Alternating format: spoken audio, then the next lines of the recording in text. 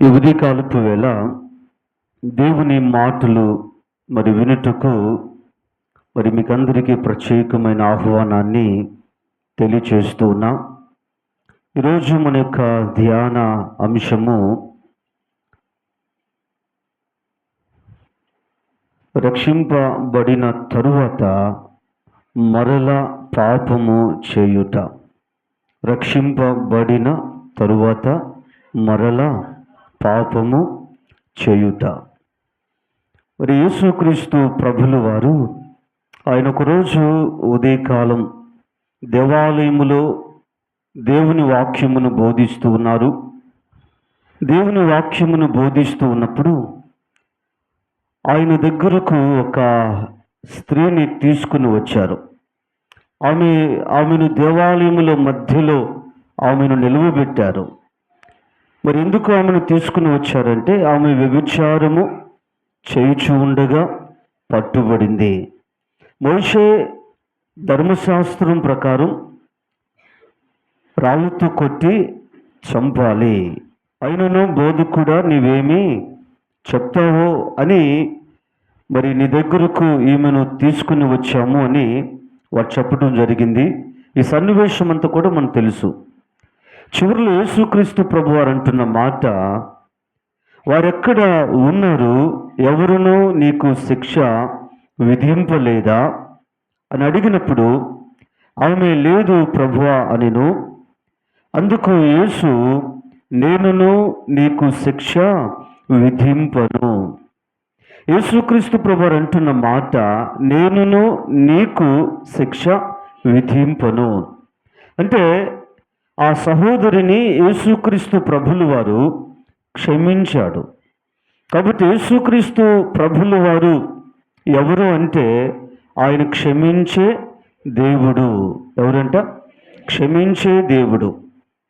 క్షమించుటకు అధికారము కలిగిన దేవుడు. ఇక్కడ క్షమించే దేవుడు. బైబిల్ గ్రంథాన్ని మనం గమనిస్తే రోమీయులకు రాసిన పత్రికలో 3వ అధ్యాయం 11వ వచనములో నీతిమంతుడు లేడు, ఒక్కడునూ లేడు. అదే రోమా 3:23లో ఏ భేదమును లేదు, అందరూ పాపము చేసి దేవుడు అనుగ్రహించే మహిమను పొందలేకపోవచ్చున్నారు. కాబట్టి ఇక్కడ నీతిమంతుడు లేడు, ఒక్కడునూ లేడు. అందరూ పాపము చేసి దేవుని మహిమను పొందలేకపోవచ్చున్నారు. కాబట్టి అందరూ అనీతిమంతులే, అందరూ పాపులే. ఎవరిని బట్టి అంటే మన పితరుడైన ఆదామును బట్టి, పుట్టబోవు గర్భములో ఉన్న పిండము, అలాగే ఆ రోజుల పసికందు కూడా వాక్యానుసారంగా ఎవరు అంటే పాపులే. ఎందుకంటే మన పితరుడైన ఆదాము చేసిన పాపమును బట్టి అందరూ కూడా పాపము చేసిన వారే. కాబట్టి ఇప్పుడు ఈ పాపము చేసిన వారు, ఈ పాపములో జీవిస్తున్నవారు, వారు ఒకవేళ వారి పాపముల విషయమై పశ్చాత్తాపపడి వారి పాపములు దేవుని ఎదుట ఒప్పుకున్నప్పుడు, విడిచిపెట్టినప్పుడు దేవుడు క్షమిస్తాడు. ఆయన క్షమించి రక్షణ భాగ్యాన్ని దేవుడిస్తాడు. దేవుని వాక్యాన్ని గమనిస్తే యోహాను సువార్త మనం చదువుకున్న 8వ అధ్యాయంలో 11వ చివరిలో యేసుక్రీస్తు ప్రభువారు ఇక్కడ ఆ సహోదరిని నేనును నీకు శిక్ష విధింపను అంటే యేసు ప్రభులు వారు ఆమెను క్షమించాడు.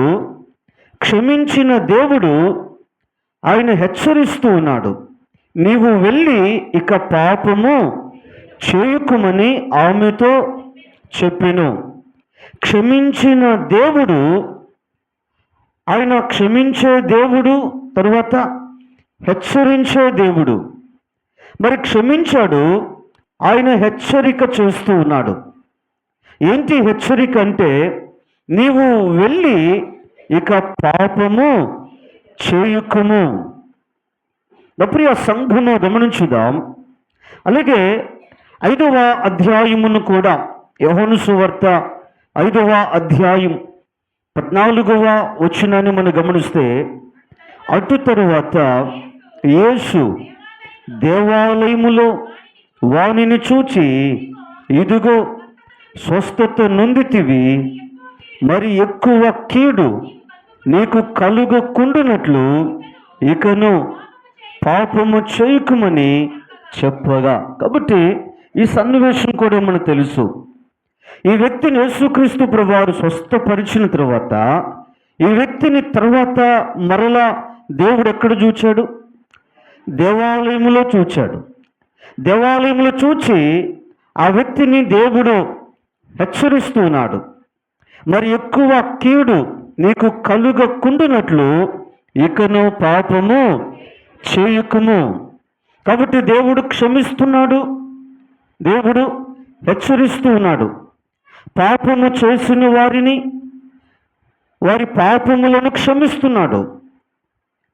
మరి దేవుని ద్వారా, దేవుని చేత ఎవరైతే పాపము చేసే వారు క్షమింపబడ్డారో దేవుడు వారిని హెచ్చరిస్తున్నాడు. ఏంటి హెచ్చరిక అంటే, ఇక పాపము చేయకు. దేవుడు హెచ్చరిస్తున్నాడు. ఎందుకు దేవుడు హెచ్చరించవలసి వచ్చింది? మరి ఇక్కడ ఇక పాపము చేయకు, నీవు వెళ్ళు, ఇక మీదట పాపము చేయకు.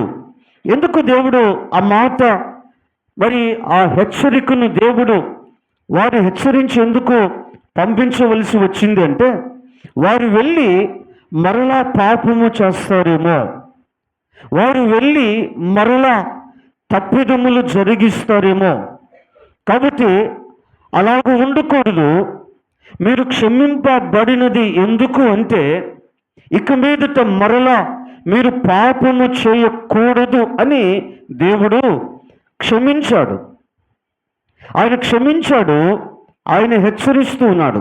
ఇక్కడ జాగ్రత్తగా మాటలు గమనిస్తే, తిమోతికి రాసిన మొదటి పత్రిక 1వ అధ్యాయము, తిమోతికి రాసిన మొదటి పత్రిక 1వ అధ్యాయము 12-13 వచనాలు, పూర్వము దోషకుడును హింసకుడును హానికరుడనైన నన్ను తన పరిచర్యకు నియమించి నమ్మకమైన వానిగా ఎంచినందుకు నన్ను బలపరిచిన మన ప్రభువైన క్రీస్తు యేసుకు కృతజ్ఞుడనై ఉన్నాను. తెలియక అవిశ్వాసము వలన చేసి తిని గనుక కనికరింపబడి తిని. కాబట్టి పౌలు గారు రక్షింపబడిన తరువాత ఆయన అపోస్తులుడుగా మరి ఎంచబడిన తరువాత పౌలు గారు ఆయన పత్రికల్లో ఇలా రాస్తూ ఉన్నాడు. పూర్వము నేను దూషకుడును హింసకుడును హానికరుడును. ప్రస్తుతము మరి ఇక్కడ అపోస్తులుడుగా అన్యజనుల మధ్యలో దేవుని సువార్త పరిచర్య కొరకు దేవుడు నన్ను ఒక సాధనముగా దేవుడు వాడుకుంటూ ఉన్నాడు. కారణం ఏంటి అంటే, పూర్వమైతే దూషకుడును హింసకుడును హానికరుడును, మరి సంఘము హింసించిన వాడును. మరి ఇక్కడ పౌలు వరకు మాట చెప్తున్నారు, తెలియక అవిశ్వాసము వలన చేసి తిని గనుక కనికరింపబడి తిని. కాబట్టి ఇక్కడ తెలియక నేను చేశాను. మరి ఇక్కడ తెలియక అవిశ్వాసము వలన నేను పాపము చేశాను. మరి నేను దూషకుడిగా దూషించా, హింసకుడిగా సంఘమును హింసించాను, హానికరుడిగా చాలామందికి హానిని మరి కలుగజేసిన హానికరుడుగా ఉన్నాను. తెలియక అవిశ్వాసము వలన నేను చేశాను. కాబట్టి దేవుడు నన్ను కనికరించాడు, దేవుడు కనికరించాడు. డబ్బుని సంఘము గమనించుదాం. మరి ఇక్కడ ఈ 3 విషయాలు గమనిస్తే, యోహాను సువార్త 5:14, యోహాను సువార్త 8:11, తిమోతి మొదటి పత్రిక 1:12-13, ఈ 3 వచనాలు మనం గమనిస్తే మరి ఇక్కడ ఈ ముగ్గురు వారు మరి ఇక్కడ పాపములో వారు ఉన్నారు. మరి ఇక్కడ వారు పాపములో ఉన్నారు, కానీ అది మరి వారు పాపములో ఉన్న సంగతి వారికి తెలియదు. పాపము చేస్తున్నామన్న సంగతి వారికి తెలియదు. మరి ఇక్కడ వారికి యేసుక్రీస్తు ప్రభు ఎవరో, పరిశుద్ధుడు ఎవరో, పాపం అంటే ఏదో, పశ్చాత్తాపం ఏదో వారికి తెలియదు. కాబట్టి దేవుడు వారిని క్షమించాడు. దేవుడు వారిని హెచ్చరిస్తూ ఉన్నాడు, ఇక మీదట మీరు పాపము చేయకుడి అని దేవుడు హెచ్చరిస్తూ ఉన్నాడు. అప్పుడు సంఘము గమనించుదాం. అంటే తెలియక చేసిన పాపముల విషయమై యేసుక్రీస్తు ప్రభుల వారి పాదముల చెంత ఏముంది? క్షమాపణ ఉంది. ఎవరైతే మరి పాపముల విషయమై యేసుక్రీస్తు ప్రభుల వారి చేత క్షమించబడ్డారో, క్షమించబడిన ప్రతి ఒక్కరిని దేవుడు హెచ్చరిస్తున్నాడు. క్షమాపణ వెంటనే ఏముంది? హెచ్చరిక. ఏంటి హెచ్చరిక? ఇక పాపము చేయకు, ఇది హెచ్చరిక. అప్పుడు ఈ సంఘము గమనించుదాం. ఈరోజు ఒకసారి ఆలోచన చేద్దాం. ఈరోజు మనమందరము కూడా రక్షింపబడిన వారం. అంటే మునుపు మనం ఎవరము? దేవునికి దూరస్తులం, పాపములో ఉన్నాం, పాపములో జీవిస్తున్నాం, పాపములో మన జీవితములను ఎదుగు మరి ఇక్కడ మనం వెళ్ళబుచ్చుతూ ఉన్నాం. కానీ మరి మన పాపములో ఉన్నాము అని కానీ, ఎదుగో జన్మ పాపము, కర్మ పాపము ఉంది అని కానీ మరి మనకు తెలియని పరిస్థితి. నా ప్రియ సంఘము గమనించుదాం. మరి ఇక్కడ తెలియదు, పాపము జరిగిస్తూ ఉన్నాం. సువార్త సత్యం మన దగ్గరకు వచ్చింది. సువార్త సత్యాన్ని మనం వినినప్పుడు ఒక గ్రహింపులోనికి వచ్చాం. ఏ గ్రహింపు? నేను పాపిని అని ఆ గ్రహింపులోనికి వచ్చాం. ఎప్పుడైతే ఆ గ్రహింపులోనికి, అవగాహనలోనికి వచ్చామో వెంటనే పాపమును ఒప్పుకుంటూ ఉన్నాం.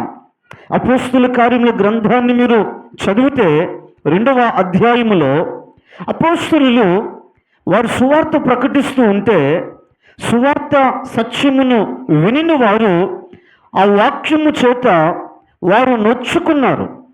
ఆ వాక్యము చేత హృదయములలో వారు పొడవబడ్డారు. వారు ఎప్పుడైతే నొచ్చుకున్నారో, వాక్యము చేత ఎప్పుడైతే హృదయములలో పొడవబడ్డారో, వారు వెంటనే వారు పాపముల విషయమై వారు పశ్చాత్తాపపడ్డారు. వారు మారు మనసు పొందారు. వారు బాప్తిస్ము పొందిన వారిగా వారు రక్షింపబడి ఎక్కడికి వచ్చారు? సంఘములోనికి వచ్చారు. సంఘములోనికి వచ్చిన వారు సంఘ సహవాసములో వారు బ్రతుకుతూ ఉన్నారు. ఎప్పుడు ఆ సంఘము గమనించుదాం. ఈరోజు ఒకసారి ఆలోచన చేద్దాం.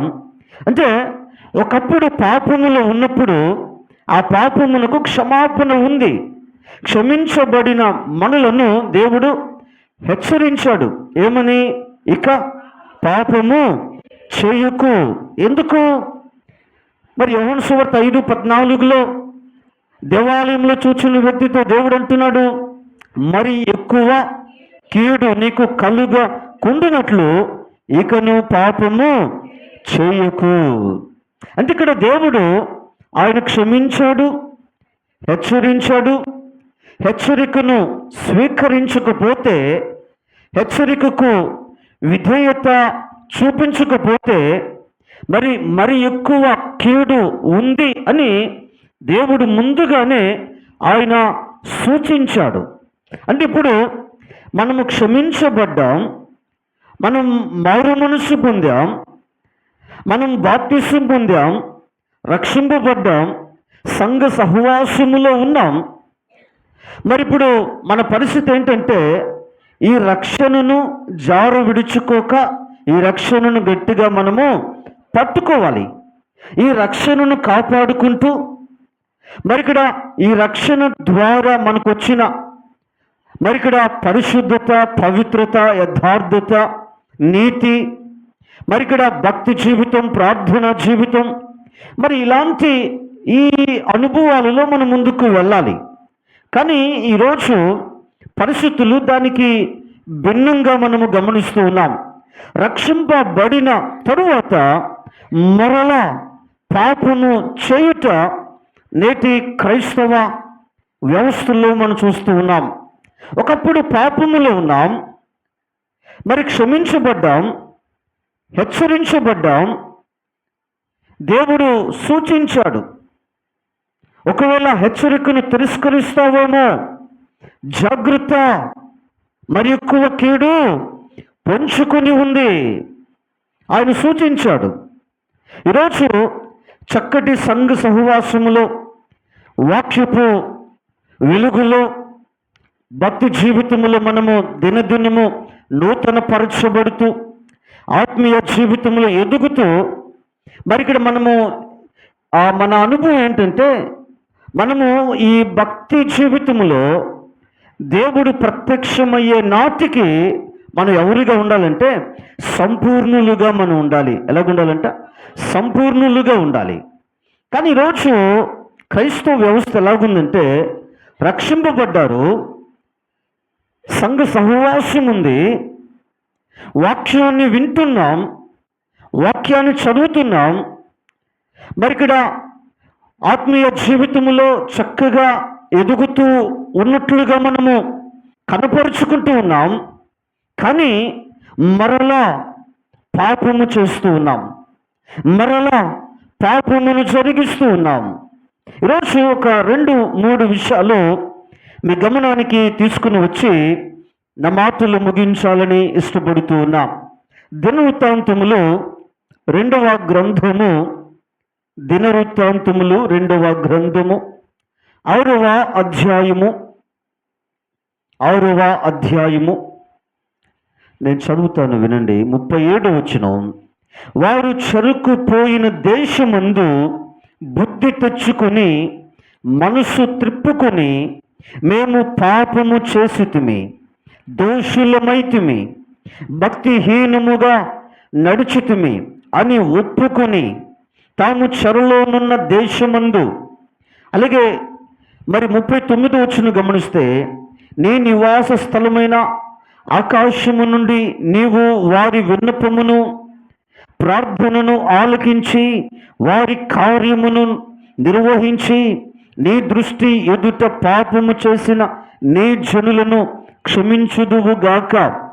నా దేవా, ఈ స్థలమందు చేయబడు విన్నపమును మీద నీ కనుదృష్టి ఉంచుదువుగాక, నీ చెవులు దానిని ఆలకించునుగాక. కాబట్టి ఇక్కడ దేవుని వాక్యమును మనం గమనిస్తే, సొలొమోను రాజు ఆయన మాటలు ఆయన రాస్తూ ఉన్నాడు.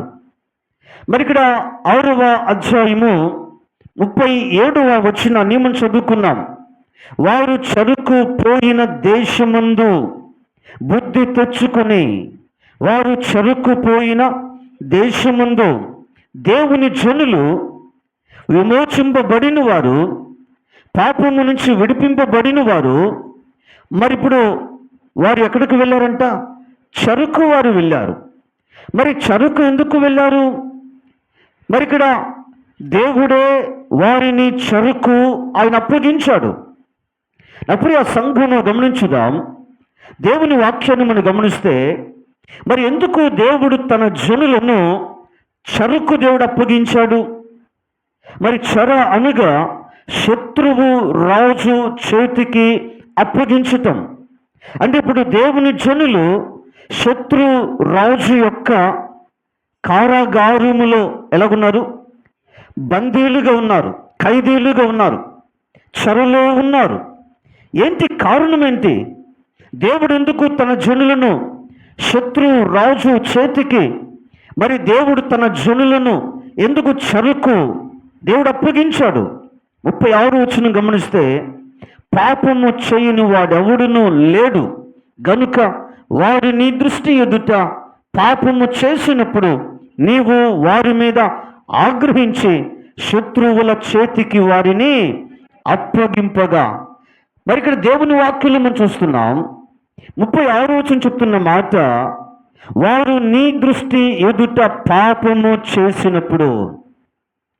దేవుని జనులు దేవుని దృష్టి ఎదుట వారు పాపము చేశారు. ఎప్పుడైతే దేవుని ప్రజలు పాపము చేశారో దేవుడు వారి మీద ఆగ్రహించాడు. దేవుడు వారి మీద కోపగించుకున్నాడు. కోపగించుకున్న దేవుడు వారిని, దేవుని వాక్యాన్ని గమనిస్తే, శత్రువుల చేతికి వారిని అప్పగింపగా. మరి ఇక్కడ ఎప్పుడైతే దేవుని జనులు ఆల్రెడీ దేవుడు వారి పాపములను క్షమించాడు, పాపములు క్షమింపబడిన దేవుని జనులు వారు మరలా దేవుని ఎదుట వారి పాపము చేసినప్పుడు మరి ఇక్కడ దేవుని కోపము వారి మీద రగులుకొనినట్లుగా దేవుని వాక్యములో మనము గమనిస్తూ ఉన్నాం. వారి మీద దేవుడు ఆగ్రహించాడు. వారిని శత్రువుల చేతికి వారిని అప్పగించాడు. వారు చెరపట్టబడ్డారు. కాబట్టి ఇప్పుడు వారు ఎక్కడికి వెళ్ళారంట? చెరలో వారు ఉన్నారు. ఎక్కడ? శత్రువు రాజు యొక్క వారి దేశములో, ఇదిగో వారి యొక్క చెరసాలలో ఇశ్రాయేలీలు వారు మరి బందీలుగా వారు అక్కడ బ్రతుకుతూ ఉన్నారు. ఈరోజు ఒకసారి ఆలోచించేద్దాం. మరి ఎక్కడైతే వారు చెరకు అప్పగించబడ్డారో, మరి ఇక్కడ ఎక్కడైతే చెరలో ఉన్నారో, చెరలో ఉన్న ఆ రాజు వీరికి ఎవరంట? శత్రువు. శత్రువు చేతికి వీరు దొరికితే మరి ఇక్కడ 3 పూట్ల భోజనం పెట్టి, ఇదిగో ఇంకేమైనా కావాలా అని అడుగుతాడా శత్రువు రాజు? అంటే మరి చెరలో వారు ఎంతగా బాధించబడుతున్నారు, చెరలో వారు ఎంతగా హింసించబడుతున్నారు, మరి చెరలో ఇదిగో ఆ చెరసాల ఆ అనుభవం ఎంతగా ఇదిగో వారు మరి శ్రమ పడుతున్నారు, వేదన పడుతున్నారు, వారెంత ఇదిగో బాధకు దుఃఖపడుతూ ఉన్నారు. ఆలోచన చేద్దాం ఒకసారి నా ప్రియ సంఘమా. మరి ఇక్కడ ఈరోజు శత్రువు ఇదిగో చెరలో దేవుని జనులు మరి ఎన్ని తిప్పులు, ఎన్ని ఇదిగో మరి ఇక్కడ అవమానములు, అపహాస్యములు వారు పొందుతున్నారు కదా. అప్పుడు సంఘము గమనించుదాం. 37 వచనం అంటున్న మాట, వారు చెరకుపోయిన దేశమందు బుద్ధి తెచ్చుకొని. ఎప్పుడైతే ఇదిగో దేవుని జనులు పాపం చేశారో దేవుడు ఆగ్రహించాడు, వారిని శత్రువుల చేతికి వారిని అప్పగించాడు. ఎవరు అప్పగించింది? సాక్షాత్తు దేవుడే తన జనులను, పాపము చేసిన వారిని శత్రువు చేతికి వారిని అప్పగించాడు. వారిప్పుడు చెరకుపోయారు. చెరకుపోయిన తర్వాత ఇదిగో శత్రు రాజు ఇదిగో మరి ఇక్కడ వారిని చెరలో మరి ఎంత ఇదిగో మరి ఇక్కడ వారిని హింసించాడు, ఎంతగా వారు ఆ చెరసాల ఆ అనుభవంలో వారున్నారు. ఇప్పుడు వచ్చిందంట, వారు ఇప్పుడు బుద్ధి తెచ్చుకున్నారు. అప్పుడు సంఘము గమనించుదాం. వారు బుద్ధి తెచ్చుకొని మనసు త్రిప్పుకున్నారు. మనసు త్రిప్పుకొని వారు అంటున్నారు, మేము పాపము చేసితిమి. అప్పుడు సంఘము గమనించుదాం. వారు ఇప్పుడు బుద్ధి తెచ్చుకున్నారు. ఏంటి బుద్ధి తెచ్చుకోవటం? బైబిల్లో ఒక సన్నివేశాన్ని గమనిస్తే లూకా శుభవార్త 15వ అధ్యాయం 17 వచనాన్ని ఒక మాట చదువుదాం. 15:17. అయితే బుద్ధి వచ్చినప్పుడు వాడు, నా తండ్రి వద్ద ఎంతోమంది కూలి వాండ్రుకు అన్నము సమృద్ధిగా ఉన్నది. చాలండి, బైబిల్ సెలవిస్తూ ఉంది. లూకా 15వ అధ్యాయం 17 వచనం మనం చూస్తే మరి ఇక్కడ అయితే బుద్ధి వచ్చినప్పుడు, మరి ఇక్కడ 24వ వచనాన్ని చూస్తే, ఈ నా కుమారుడు చనిపోయి మరలా బ్రతికెను, తప్పిపోయి దొరికనని చెప్పాను. అప్పుడు సంఘము గమనించుదాం. మరి ఇక్కడ ఇశ్రాయేలీలు వారు బుద్ధి తెచ్చుకున్నారు. అంటే మరి ఇక్కడ వారు బుద్ధి తెచ్చుకోవటం ఏంటంటే, దేవుని వాక్యాన్ని మనం గమనిస్తే ప్రియ సంఘమా, బుద్ధిహీనత ఆత్మీయంగా చంపింది. బుద్ధిహీనత ఆత్మీయంగా చంపింది, బుద్ధి మరలా బ్రతికించింది. బుద్ధిహీనత చంపితే బుద్ధి బ్రతికించింది. మరి ఇక్కడ నా ప్రియ సంఘమా, ఈ చిన్న కుమారుడికి బుద్ధి వచ్చింది. ఎప్పుడైతే బుద్ధి వచ్చిందో ఎక్కడికి వచ్చాడు? తిరిగి తండ్రి దగ్గరికి వచ్చాడు. ఇప్పుడు తండ్రి అంటున్నాడు 24 వచనంలో, ఈయన కుమారుడు చనిపోయి మరలా బ్రతికెను. అంటే ఇప్పుడు బుద్ధి వచ్చినప్పుడు, ఇప్పుడు వాళ్ళు ఎవరు బుద్ధి వచ్చిన వాళ్ళు? చనిపోయి బ్రతికిన వారు. మరి ఇక్కడ తప్పిపోయి మరలా దొరికినటువంటి వారు. అప్పుడు సంఘము గమనించుదాం. ఇక్కడ జాగ్రత్త గమనించాలి. మరి చిన్న కుమారుడు ఎక్కడున్నాడు? తండ్రి ఇంట ఉన్నాడు. తండ్రి ఇంట ఉన్నాడు, చాలా సంతోషంగా ఉన్నాడు. దేవుని వాక్యంలో మనం చూస్తున్న మాట, లోకంలోకి వెళ్ళాడు. ఎక్కడికి వెళ్ళాడంట? లోకంలోకి, పాపంలోకి వెళ్ళాడు. ఆ తర్వాత తెలిసింది ఆయనకు బుద్ధి వచ్చింది. కాబట్టి ఈరోజు ఇశ్రాయేలీయులు కూడా వారు బుద్ధి తెచ్చుకున్నారు. అంటే ఇప్పుడు మరలా వారు బ్రతికించబడ్డారు. తప్పిపోయిన వారు ఇప్పుడు మరలా దొరికారు. నా ప్రియ సంఘం, ఈరోజు ఒకసారి ఆలోచించేద్దాం. ఎప్పుడైతే బుద్ధి తెచ్చుకున్నారో, మరి ఇక్కడ రెండవది మనం గమనిస్తే మనస్సు త్రిప్పుకున్నారు. ఏం త్రిప్పుకున్నారు? మనస్సు త్రిప్పుకున్నారు. ఆల్రెడీ వీళ్ళు ఎవరంటే మారు మనసు పొందిన వాళ్ళే. ఏంటి నేను చెప్పేది? మారు మనసు పొందిన వారి గురించి నేను మాట్లాడుతున్నా. ఈరోజు దేవుని వాక్యం గమనిస్తే మరి ఇక్కడ మారు మనసు కాదు, మనసు త్రిప్పుకుంటున్నారు. మారు మనసు పొందిన వాళ్ళు దేవుని ఎదుట పాపం చేశారు.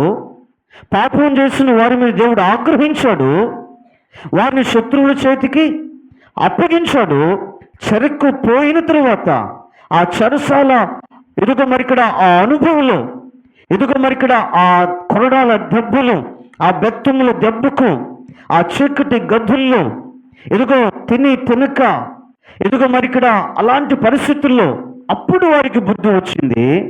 వారికి బుద్ధి వచ్చినప్పుడు ఇప్పుడు వాళ్ళు మనసు త్రిప్పుకుంటున్నారు. ఇప్పుడు మారు మనసు పొందాల్సిన అవసరం లేదు. ఇప్పుడు ఏం చేయాల? మనసు త్రిప్పుకోవాలి.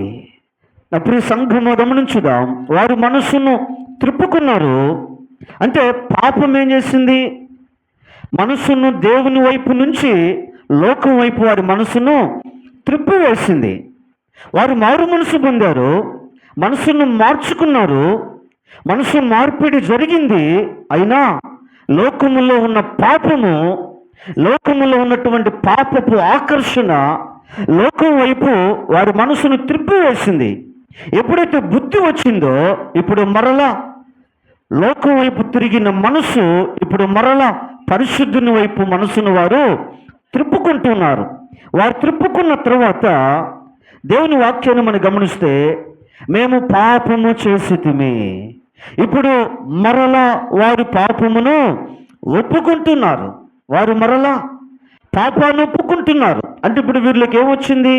పశ్చాత్తాపం వచ్చింది. వీళ్ళలోనికి పశ్చాత్తాప ఎదుగో అనుభవంలోనికి వారు వచ్చారు. అప్పుడు సంఘంలో గమనించుదాం. ఎప్పుడైతే పశ్చాత్తాపం వచ్చిందో ఒక 3 విషయాలు మీ గమనానికి తీసుకుని వస్తాను. మరి ఇక్కడ 37వ వచనంలో, మేము పాపము చేసితిమి, దోషులమైతిమి, భక్తిహీనముగా నడిచితిమి అని ఒప్పుకొని. అప్పుడు సంఘము గమనించుదాం. వారికి బుద్ధి వచ్చింది, వారు మనసు త్రిప్పుకున్నారు.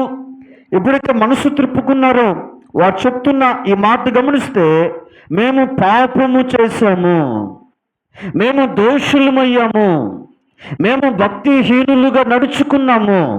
అంటే ఎప్పుడైతే రక్షింపబడిన వారు, ఎవరంట? రక్షింపబడిన వారు ఎప్పుడైతే దేవుని ఎదుట మరలా పాపము చేశారో వారి మీద దేవుని మరి కోపం మరి వచ్చింది వారి మీదకి. వారిని చెరకు అప్పగించడం జరిగింది.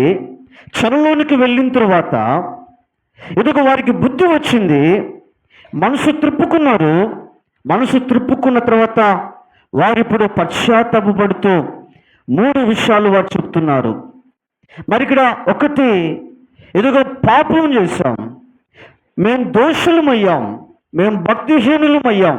అంటే నువ్వు మరలా పాపము చేస్తే, మరలా నువ్వు లోకం వైపు చూస్తే 3 విషయాలు ఏంటి? ఒకటి, మనం ఎవరమంట? పాపము చేసిన వారు. తర్వాత దోషులు. మూడవది భక్తిహీనులు. అప్పుడు సంఘం గమనించుదాం. ఈరోజు ఒకసారి ఆలోచన చేద్దాం. రక్షణ కాపాడుకోవలసిన వారు, పరిశుద్ధతను కాపాడుకోవలసిన వారు, భక్తిని కాపాడుకోవలసిన వారు, మరలా ఇదిగో మరి ఇక్కడ వారు దేవుని దృష్టి ఎదుట పాపము చేసినప్పుడు ఇప్పుడు వాళ్ళెవరు అంటే పాపము జరిగించిన వారు అయిపోయారు. తర్వాత దోషులు. ఎవరంట? దోషులు. అంటే వారు ఇప్పుడు నిర్దోషులుగా లేరు, వారు దోషులుగా ఉన్నారు. తర్వాత వారు భక్తిహీనులు. అంటే మరలా పాపం చేసేవాళ్ళు. మరి ఇక్కడ వాళ్ళు ఎవరంటే పాపము చేసిన వారు, వారు దోషులు. మూడవది భక్తిహీనులు. నువ్వు అనుకుంటున్నావు సంఘానికి వస్తూ ఇదిగో మరలా పాపమును జరిగిస్తూ, మరలా పాపపు రోత బ్రతుకుల్లో బ్రతుకుతూ, ఇదిగో సంఘం ఎదుట, కుటుంబం ఎదుట, సమాజం ఎదుట నేను చాలా భక్తిపరుడుగా, నేను చాలా భక్తిపరురాలుగా ఇదిగో కనపరుచుకుంటున్నావేమో. నువ్వు భక్తిహీనుడివి, నువ్వు భక్తిహీనురాలువి. మరలా పాపము చేస్తే దేవుని వాక్యం సెలవిస్తుంది. ఇప్పుడేరా ఈరోజు దేవుని వాక్యంలో మనం గమనిస్తూ ఉన్నాం ఈ 3 అనుభవాలు. పశ్చాత్తాపం వచ్చినప్పుడు దేవుని పాదాలు పట్టుకొని చేయవలసిన ప్రార్థన ఏంటో తెలుసా? అయ్యా మేము పాపం చేశాం, అయ్యా మేము దోషులం, మేము భక్తిహీనులుగా నడుచుకున్నాం. కాబట్టి పశ్చాత్తాప అనుభవంలో ఈ 3 విషయాలు ఒప్పుకోవాలి. మేము పాపం చేశాం, మేము దోషులమయ్యాము, మేము భక్తిహీనులుగా నడుచుకున్నాం. ఎవరు వీళ్ళు? ఆల్రెడీ పాపం ఒప్పుకొని మారు మనసు పొంది బాప్తిసం పొంది రక్షింపబడి సంఘ సహవాసంలో సాగుతున్న వాళ్ళే. అప్పుడు సంఘం ఈరోజు ఒకసారి ఆలోచించేద్దాం. దేవుని వాక్యంలో మనం చూస్తున్న మాట. మరి 38వ వచనం మనం చూస్తే, తాము చెరలోనున్న దేశమందు పూర్ణ హృదయముతోను పూర్ణ ఆత్మతోను నీ యొద్దకు మల్లుకొని తమ పితరులకు నీవిచ్చిన తమ దేశం మీదికిని, నీవు కోరుకున్న ఈ పట్టణం మీదికిని, నీ నామ ఘనత కొరకు నేను కట్టించిన ఈ మందిరం మీదికిని మనసు త్రిప్పి విన్నపము చేసినడులా. బైబిల్ చెప్తుంది 39లో, నీ నివాస స్థలమైన ఆకాశము నుండి నీవు వారి విన్నపమును ప్రార్థనను ఆలకించి వారి కార్యమును నిర్వహించి నీ దృష్టి ఎదుట పాపము చేసిన నీ జనులను క్షమించుదువుగాక. అప్పుడు సంఘము గమనించుదాం. ఈరోజు ఒకసారి ఆలోచించేద్దాం. రక్షింపబడిన నీవు మరలా పాపము చేస్తే, మరలా పాపము చేసినందుకు గాను దేవుడు నీ మీద కోపాన్ని ఆయన తెచ్చుకున్నాడు. ఆయన ఇదిగో మరి ఇక్కడ ఆయన కోపపడ్డాడు. ఆయన కోపపడటమే కాదు, చెరకు శత్రువు చేతికి అప్పగించాడు. అంటే ఇక్కడ ఒక విషయాన్ని గమనించాలి. మరలా పాపం చేస్తే మరి ఇక్కడ నీ మీద దేవుని కోపం రగులుకోవటమే కాదు, దేవుడు మరి ఇప్పుడు పనిష్మెంట్ దేవుడు ఇస్తున్నాడు. ఏముందంట? శిక్ష. మరి ఇక్కడ శత్రువు చేతికి అప్పగించాడు. ఎప్పుడైతే పనిష్మెంట్ వచ్చిందో, పనిష్మెంట్ వచ్చిన తర్వాత అంటే ఆ శిక్ష అనుభవించిన తర్వాత ఇప్పుడు ఏమొచ్చింది? బుద్ధి వచ్చింది. అంటే మరలా పాపం చేసే వారికి మరి ఎప్పుడైతే శిక్ష వస్తుందో ఆ శిక్ష ఏ అనుభవంలోకి నడిపిస్తూ ఉంది? ఏంటి? పశ్చాత్తాప అనుభవంలోనికి నడిపిస్తూ ఉంది. నువ్వు అనుకుంటున్నావు ఎవరికి తెలియదు, చాలా రహస్యంగా నా పాపం ఉంది అనుకుంటున్నావు. కానీ ఏముంది? దేవుని కోపం నీ మీద రగులు కొనబోతుంది. ఇదిగో శిక్ష నీ మీదకి రాబోతుంది. శిక్ష రాకపోతే నీలోనికి పశ్చాత్తాప అనుభవం ఎప్పటికీ రాదు. కాబట్టి పశ్చాత్తాప అనుభవం నీలోనికి రావాలంటే ఏమనుభవించాలి? శిక్ష. శిక్ష ఇదిగో మరి ఇక్కడ అది ఏ విధముగా, దాని పరిణామం, దాని తీవ్రత, అది ఏ దిశలో, ఏ దిక్కు నుంచి, అది ఎప్పుడు, ఎలా, ఇదిగో ఏ విధంగా ఇదిగో ఆ పనిష్మెంట్ వస్తుందో తెలీదు. కాబట్టి ఈరోజు నా ప్రియ సంఘమా, ఈరోజు దేవుని పాదాలు పట్టుకొని ప్రార్థన చేస్తావా? అయ్యా నేను పాపం చేశాను, నేను దోషునయ్యాను, ఇదిగో భక్తిహీనంగా నడుచుకున్నాను.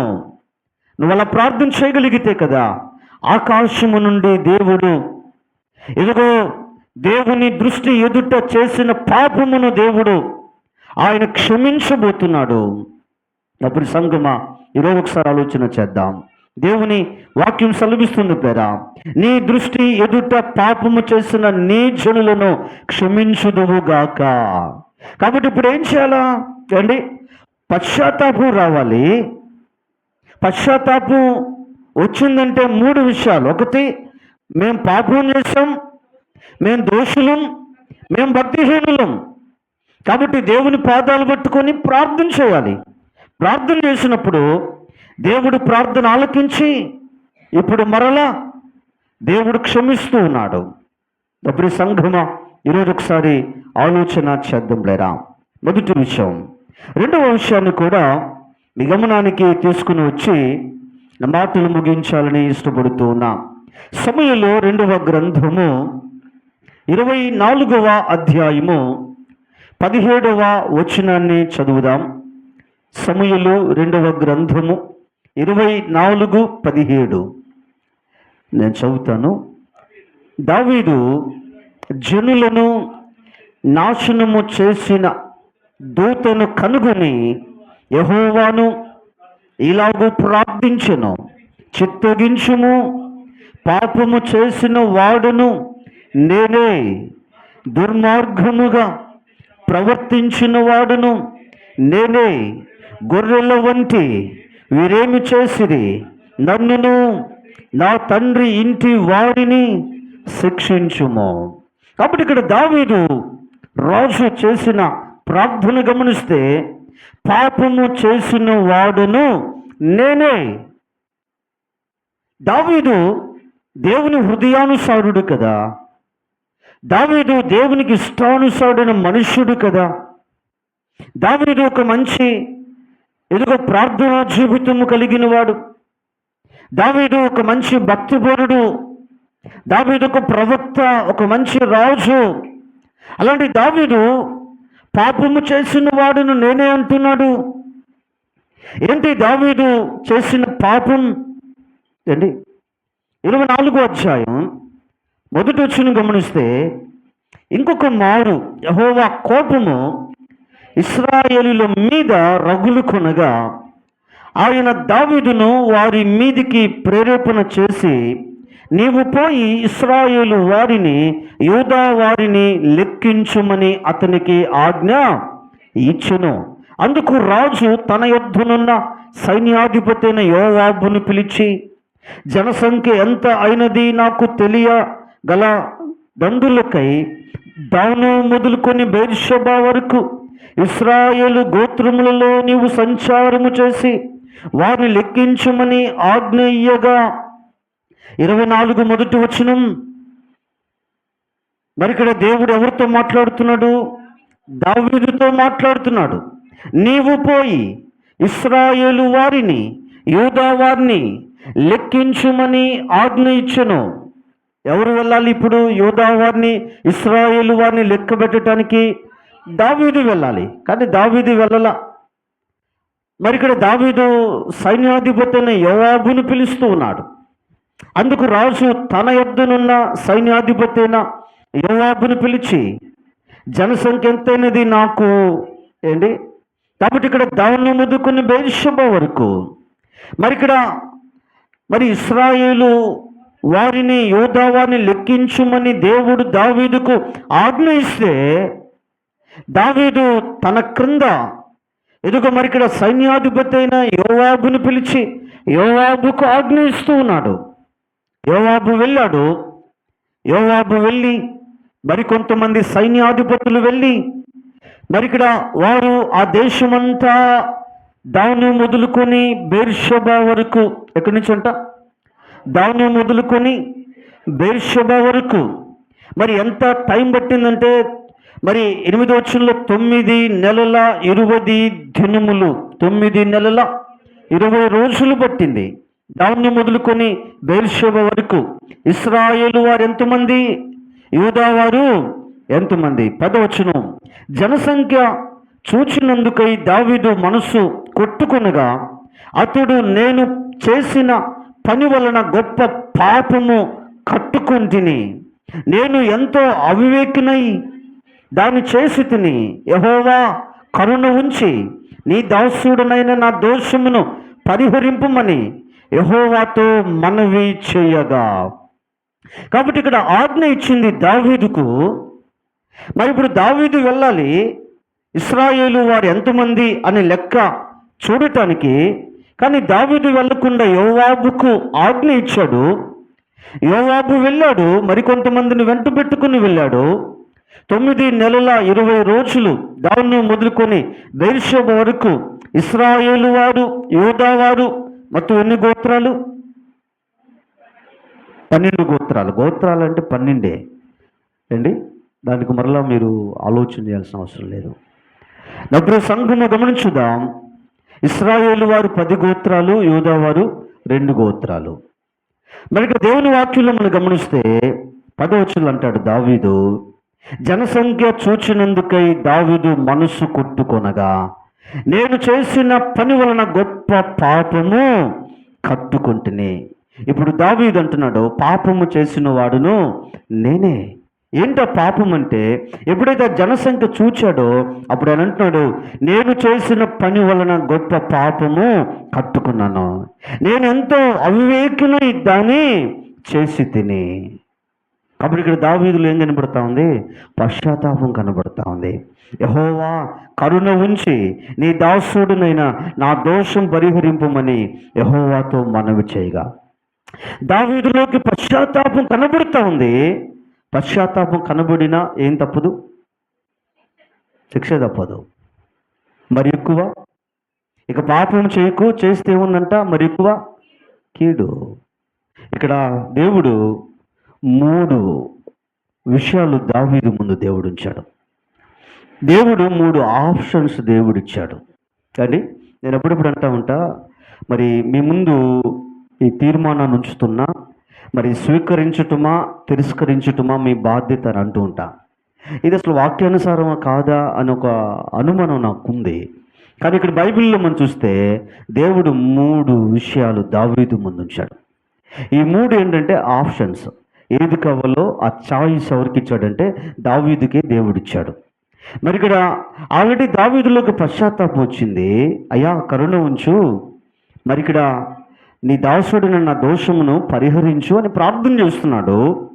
దేవుడు దీర్ఘదర్శిని పంపించాడు. ఎవరిని పంపించాడంట? దీర్ఘదర్శిని పంపించాడు. ఆయన పేరు గాదు. ఈ దీర్ఘదర్శిని గాదు దేవుని మాటను దావీదు వద్దకు తీసుకుని వెళ్ళి ఆ 3 అంశాలు దావీదు ముందు ఉంచుతున్నాడు. అందులో ఒకటేంటో తెలుసా? నీ దేశమందు 7 సంవత్సరాలు కరువు. రెండవది ఏంటో తెలుసా? నీ శత్రువుల ఎదుట నిలువలేక 3 నెలలు పారిపోవుట. మూడవది 3 రోజులు నీ దేశమందు తెగులు. ఏది కావాలా అండి? 7 సంవత్సరాలు కరువు కావాలా? నీ శత్రువుల చేతికి దొరకకుండా 3 నెలలు నీవు తప్పించుకొని పారిపోవటం కావాలా? లేకపోతే 3 రోజులు నీ దేశమందు తెగులు కావాలా? ఏది కావాలంటే దావీదు తెగులు కోరుకున్నాడు. ఇప్పుడు దేశం మీదకి ఏమొచ్చింది? తెగులు వచ్చింది. తెగులు ఎప్పుడైతే దేశం మీదకి వచ్చిందో 15 చివరిలో కదా 70,000 మంది మృతి నొందిరి. ఎవరంట? 70,000 మంది చనిపోయారు. దాన్ని మొదలుకొని బెర్షెబ వరకున్న ప్రజల్లో. ప్రియ సంఘమా, ఈరోజు దేవుని వాక్యంలో మనం చూస్తున్నాం. దేవుని సముఖంలో నుంచి కదా మరి ఇక్కడ దూత వచ్చింది. మరి దేవుని వాక్యంలో మనం చూస్తున్న మాట, ఇశ్రాయేలుల మీదకి తెగులు రప్పించగా. మరి ఇక్కడ దావీదు రాజు కదా, ఆయన ఇప్పుడు ప్రార్థన చేస్తా ఉన్నాడు. అయ్యా పాపం చేసింది నేను, నన్ను నా తండ్రి ఇంటూ వారిని క్షమించు, గొర్రెల వంటి వీరిని అయ్యా వారిని క్షమించయ్యా, మమ్మల్ని శిక్షించు అని దావీదు ప్రార్థన చేస్తున్నాడు. ప్రియ సంఘమా, ఆలోచించేద్దాం. 25 వచనం మనం చూస్తే, అక్కడ దావీదు యెహోవా నామమున ఒక బలిపీఠమును కట్టించి దహన బలులను సమాధాన బలులను అర్పించెను. యెహోవా దేశము కొరకు చేయబడిన విజ్ఞాపనలను ఆలకింపగా ఆ తెగులు ఆగి ఇశ్రాయేలీయులను విడిచి పోయెను. అప్పుడు సంఘము గమనించుదాం. పశ్చాత్తాపడ్డాడు దావీదు. అయినా శిక్ష వచ్చింది. 70,000 మంది చనిపోయారు. తర్వాత దావీదు కదా, మరి గాదు, ఇప్పుడు మరలా దీర్ఘదర్శి వచ్చాడు, గాదు వచ్చాడు. మరి దీనికి ఏంటి పరిష్కారం అని ఆయనతో చెప్పినప్పుడు, అరోనా అనే మరి ఒక రాజు, మరి ఆయన కళ్ళమును కొనుక్కొని ఆ కళ్ళములు బలిపీఠమును కట్టించి ఆ బలిపీఠం మీద దహన బలులను సమాధాన బలులను అర్పించాడు. ఎప్పుడైతే అర్పించాడో యెహోవా దేశము కొరకు చేయబడిన విజ్ఞాపనలను ఆలకించాడు. ఆ తెగులు ఆగి ఇశ్రాయేలీయులను విడిచి పోయెను. అప్పుడు సంగమ గమనించుదాం. దావీదు ఒక ప్రార్థనాపరుడు, దేవుని హృదయానుసారుడు, దేవునికి ఇష్టానుసారుడైన మనుషుడు, దేవుని ఉద్దేశములను నెరవేర్చే వ్యక్తి, నమ్మకస్తుడు. దావీదును దేవుడు అంటాడు కదా, యెషయా ఇంట్లో సమూయేలు వెళ్ళినప్పుడు, నేను కోరుకున్నవాడు ఇతడే, ఇశ్రాయేలుకు రాజుగా కోరుకున్న దావీదు కదా. ఈరోజు మరలా ఏం చేశాడు? పాపం దేవుని మాటను మీరాడు. ఎదుగు నువ్వు పోయి ఇశ్రాయేలుల ప్రజల సంఖ్య లెక్కించు అంటే ఆయన వెళ్ళకుండా యోవాబుకు ఆజ్ఞయిస్తున్నాడు. తర్వాత ఆయన పశ్చాత్తాపడ్డాడు, కానీ శిక్ష వచ్చింది. మరి 70,000 మంది మరణించారు. మరి ఇప్పుడు దావీదు అంటున్నాడు, ఆయన అయా పాపము చేసిన వాడు నేనే అంటున్నాడు. నన్ను నా తండ్రి ఇంటూ వారిని శిక్షించయ్యా, వీరిని క్షమించు అని ప్రార్థన చేస్తున్నాడు. మరి బలిపీఠాన్ని కట్టి దహన బలులు సమాధాన బలులు అర్పించినప్పుడు ఆ తెగులు ఆగి విడిచిపోయిను అని దేవుని వాక్యము సెలవిస్తుంది. నా ప్రియ సంగమా, ఈరోజు రక్షింపబడిన తరువాత మరలా పాపం చేస్తున్నావా?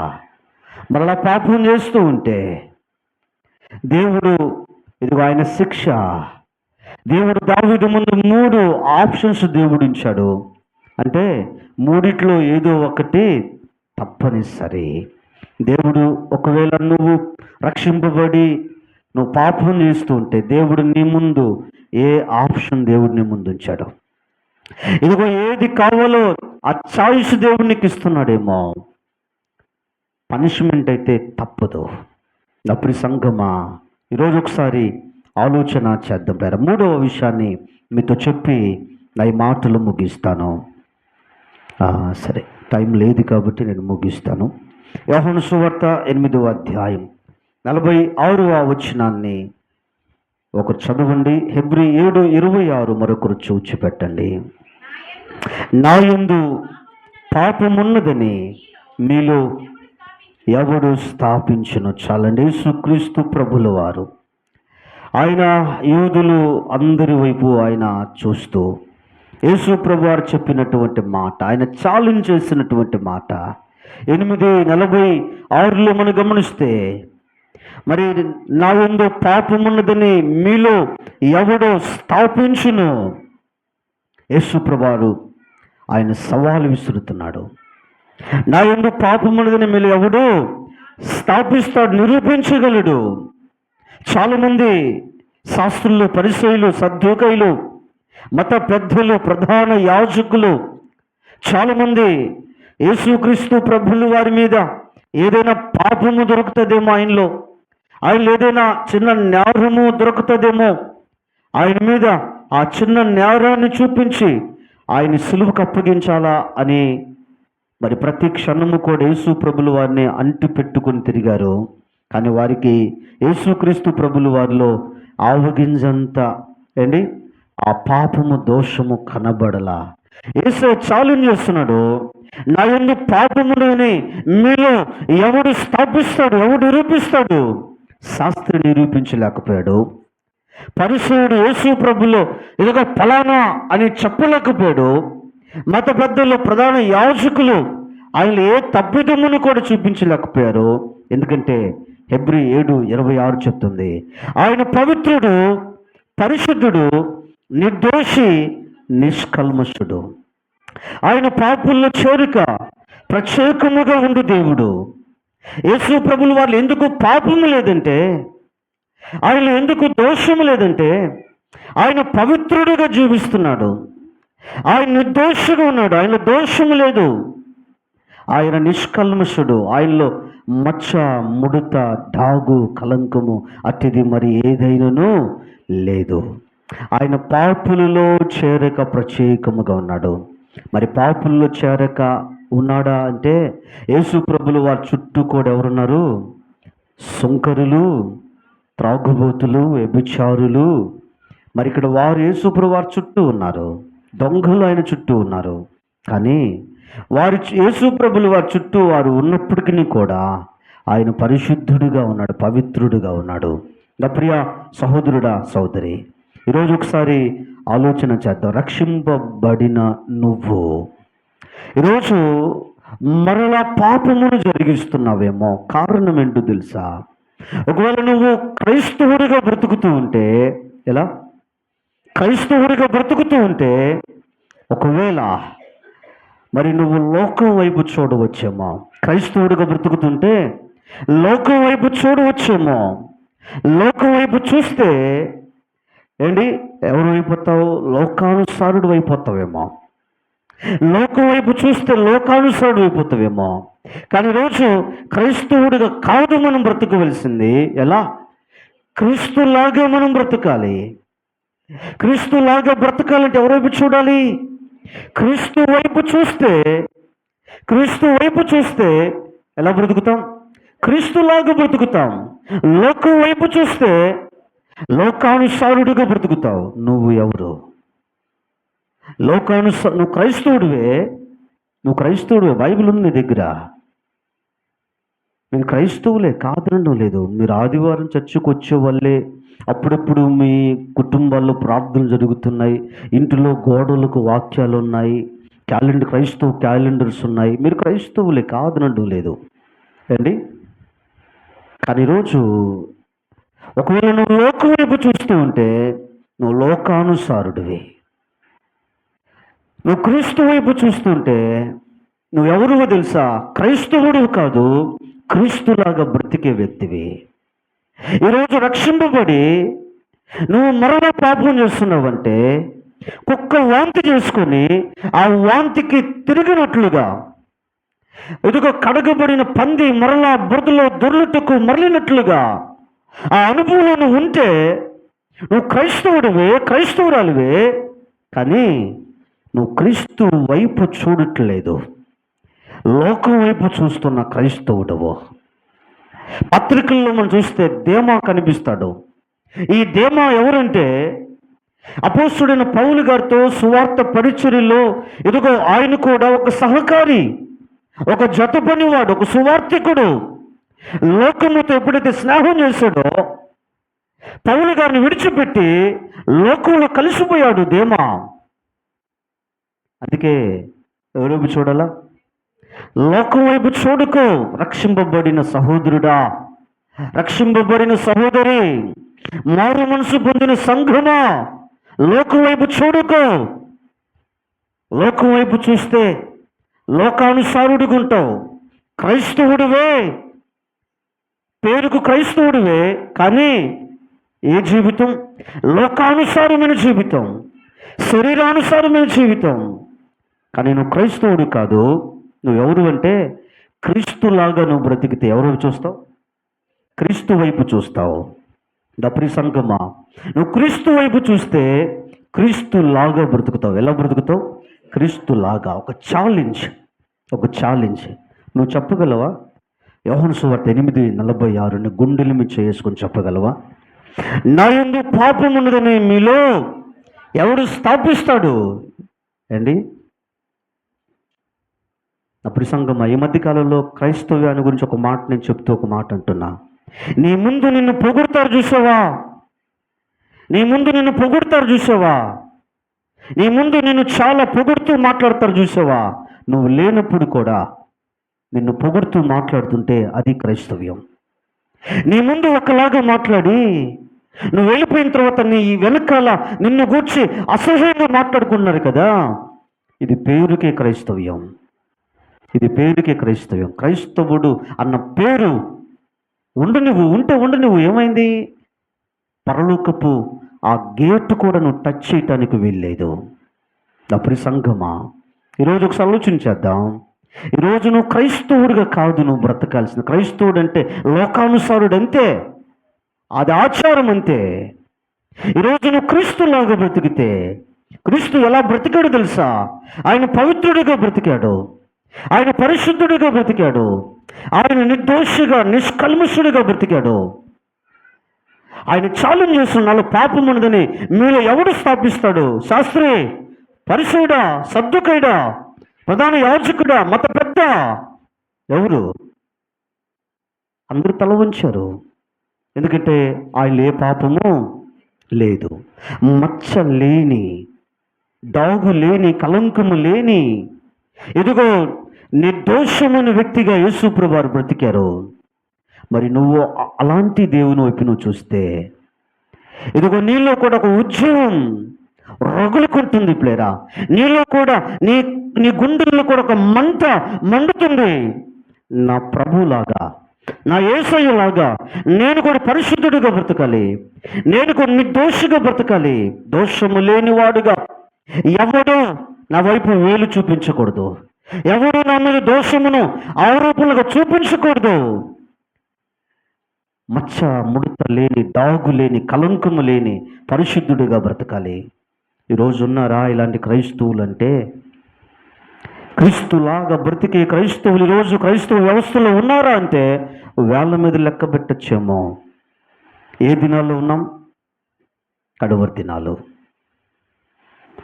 వచ్చువాడు ఆలస్యము చేయకని త్వరగా వచ్చుచున్నాను అని దేవుడు చెప్తూ ఉంటే, నువ్వు ఇంకా క్రైస్తవుడిగానే, క్రైస్తవురాలుగానే ఉంటే, ఇంకా నువ్వెప్పుడు క్రీస్తులాగా మారేది, రూపాంతర అనుభవంలోనికి వచ్చేది? ఎంతకాలం ఇలా? ఆదివారం వచ్చి పాపం చేశాను ప్రభువా, ఈ వారం అంతా క్షమించు, వాక్యం విన్నావు, ఓ దేవుడు నాతో మాట్లాడాడన్నావు, అద్భుతంగా దేవుడు మాట్లాడాడన్నావు, బయటకు వెళ్ళావు.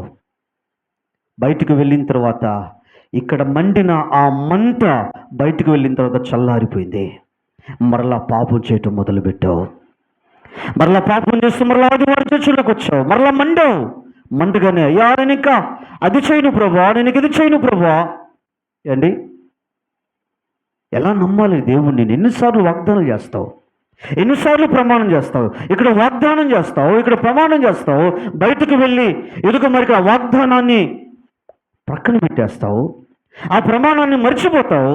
నువ్వు చేసింది మనుషులతో కాదు, నువ్వు చేసింది ఒక అధికారులతో కాదు, రాజులకు రాజుతో కదా నువ్వు ప్రమాణం చేసింది, ప్రభువులకు ప్రభుత్వం కదా నువ్వు వాగ్దానం చేసింది.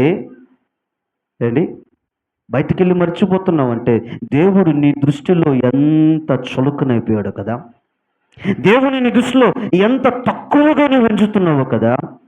ఈ రోజుకి యూదులు అబ్రహాము దేవుడు, ఇస్సాకు దేవుడు, యాకోబు దేవుడు అని ఎందుకో తెలుసా? ఆయన పేరు పెట్టి పిలిచడానికి కూడా వారికి అంత భయం, వెన్నులో వణుకు. ఈరోజు నా ప్రియ సంఘమా, ఆలోచించేద్దాం. ఈరోజు మన జీవితాల ప్రశ్న వేసుకుందాం. ఇది నా రక్షింపబడ్డ నువ్వు మరలా పాపం చేస్తుంటే ఎంతకాలం? నేను ఒక మాట మీద చెప్తూ ఉంటా, మనం ఈ రోజుటి వారమే, మనం రేపటి వారం కాదు. మనం కొంతసేపు కనబడి అంతలో మాయమైపోవు ఆవిరి వంటి వారం. ఏ రోజుకి ఆ రోజు మనం ఈ రోజుటి వారమే, రేపు మనది కాదు. ఈ మధ్య మరి బీసీ కాలనీలో కూరగాయల అంగడికి వెళ్తే ఆ పక్కన ఒక పల్సర్ బైక్ ఉంది. ఆ కూరగాయలు తీసుకుంటా ఉంటే ఆ తల్లిగారు, అయ్యా ఈ బండి ఇక్కడ ఉంది, రాత్రి ఒక యవ్వనస్తుడు రాత్రి నెల్లూరు నుంచి ఇంటికి వస్తా ఇక్కడ పడి ముక్కుల నుంచి రక్తం వచ్చింది, హాస్పిటల్కి తీసుకువెళ్ళే లోపల చనిపోయాడంట. అండి, మరి బీసీ కాలం దాకా వచ్చాడు. ఇక ఆ బీసీ కాలం వైపు తిరిగితే వాళ్ళ ఇల్లు వస్తుంది, అక్కడ మరణించాడు ఒక యవ్వనస్తుడు. నా ప్రియ సంఘమా, గమనించుదాం. ఈరోజు మనం ఈ రోజుటి వారమే, మనది రేపు కాదు. అంటే తీర్మానం ఎప్పుడు తీసుకోవాలి? ఈ రోజే తీర్మానం తీసుకోవాలి. పాపం చేసి రక్షింపబడి మరలా పాపం చేస్తున్నావా? మరలా పాపం చేస్తూ మరలా దేవుణ్ణి పాదాలు పట్టుకొని క్షమించు ప్రభా అని అడుగుతూ మరలా వెళ్ళి పాపం చేయటం పరిపాటి అయిపోయింది అండి. ఈరోజు ప్రభు బల్ల మన మధ్యలో ఉంది. ఈ బల్ల ఎందుకు తీసుకోవాలో తెలుసా? యేసుక్రీస్తు ప్రభువు చెప్పాడు, నన్ను జ్ఞాపకము చేసుకుంటూ దీన్ని చెయ్యండి. దీనిని ఆచరిస్తూ ఉన్నప్పుడు దేవుని జ్ఞాపకం చేసుకో. ఎందుకు జ్ఞాపకం చేసుకోవాలి? అయ్యా ఇదిగో నువ్వు సుంకరులతో ఉన్నావు, పాపులతో ఉన్నావు, వ్యభిచారులతో ఉన్నావు, తిరుగుబోతులతో ఉన్నావు, త్రాగుబోతులతో నీవు ఉన్నావు, కానీ పరిశుద్ధుడిగా నీవు ఉన్నావు, నిర్దోషిగా నీవు ఉన్నావు. నాలో పాపం ఉందని ఇదిగో మీలో ఎవరు నిరూపించగలవా అది ఛాలెంజ్ విసిరావు. అయ్యా నీలో ఏ పాపము లేదు. ఆయన గుర్తు చేసుకో. యేసు ప్రభువుని గుర్తు చేసుకుంటూ ఆయన జ్ఞాపకం చేసుకుంటూ, అయ్యా నేను కూడా నీలాగా ప్రభా, అయ్యా నీలాగా నువ్వు నాకు మాదిరి ప్రభా, నేను నీలాగా బ్రతకాలి ప్రభా, నీ అడుగు జాడుల్లో నేను కూడా నడవాలి. నా ప్రియ సంగమా, ప్రతి ఆదివారం నువ్వు అయోగ్యుడివేనా? ప్రతి ఆదివారం నువ్వు అయోగ్యురాలువేనా? ఆలోచించేద్దాం అండి. ఆయన శరీరము తిని ఆ రక్తము త్రాగు నిత్య జీవానికి వారసుడు అని చెప్తుంటే అండి, సరే మరి స్త్రీలు మీకున్న సమస్య ఆ దినాల్లో ఒకవేళ మీరు తీసుకోకపోయినా పర్వాలేదు. మరి ఎందుకు ప్రతిరోజు ప్రతి వారం అయోగ్యులేనా? అయోగ్యులుగానేనా అండి? నువ్వు పరీక్షించుకో. ఏదైనా ఉంటే ఒప్పుకో, ఏదైనా ఉంటే విడిచిపెట్టు. యోగ్యముగా ఈ పాత్రలో పాలి భాగస్తురాలు కమ్ము. శనివారం వస్తుంది కదా, నీకు తెలియదా? ఆదివారం దేవుని శరీరాన్ని తీసుకోవాలి, దేవుని రక్తాన్ని తీసుకోవాలి. శనివారం ఎదుగు మరి దేవునికి సిద్ధపడే దినము దేవునికి ఇచ్చాడు కదా. అసమాధానం ఉంటే సమాధాన పడలేవా అండి? పాపం చేస్తుంటే ఆ పాపాన్ని ఒప్పుకొని దేవుని సంఘంలోకి వచ్చి ఆయన శరీరంలో భుజించలేవా? ప్రతి వారం అయోగ్యుడివేనా? ప్రతి వారం అయోగ్యురాలువేనా? నువ్వు రక్షింపబడ్డావే. రక్షింపబడిన నువ్వు రక్షణను కాపాడుకోవాలి కదా. మరలా ఎందుకు పాపం చేస్తూ ఉన్నావు? అప్పుడు సంఘం ఆలోచించేద్దాం.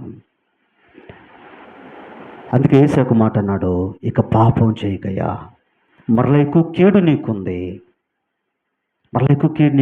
అమ్మా ఇక పాపం చేయకమ్మా అంటున్నాడు. మరి ఇశ్రాయేలీయులు దేవుని జనులు పరిశుద్ధ జనులు వారు పాపం చేసినప్పుడు వారి మీద దేవుడు ఆగ్రహించాడు, శత్రువు చేతికి అప్పగించాడు. చెరుగుపోయిన తర్వాత బుద్ధి వచ్చింది, దేవుడు మరలా వారిని క్షమించాడు. దావీదు భక్తుడు కానీ పాపం చేశాడు. 3 ఆప్షన్స్ ఆయన ముందు ఉంచి మరలా దావీదు పశ్చాత్తాపాన్ని దేవుడు ఒప్పుకున్నాడు. ఈరోజు పాపం చేయటం, పాపం ఒప్పుకోవటం ఇది కాదు మన బ్రతుకు, ఇది కాదు మన జీవిత కాలం, ఇది కాదు. ఈరోజు ఒక తీర్మానం తీసుకుందాం. ఏంటో తెలుసా? యోహాను 8 ఎంత 46. ఇది మీరు రాసుకోవాలి ఇంటి దగ్గర. ఈ వాక్యాన్ని ప్రతిరోజు మీరు చూడగలిగే దగ్గర ఈ వాక్యం రాసుకోవాలి. నా యందు పాపం ఉన్నదని మీరు ఎవడు నిరూపించగలడు. ఈ వాక్యం హెబ్రీ 7:26 ప్రతిరోజు చదువుకోవాలి మనం. ప్రభా నేను క్రైస్తవుడుగా కాదయ్యా, క్రీస్తులాగా అయ్యా నీలాగనే బ్రతకాలయ్యా. అందరూ లేచి నిలబడదామా? మనమందరం కూడా ఒక్కసారి లేచి నిలబడదాం.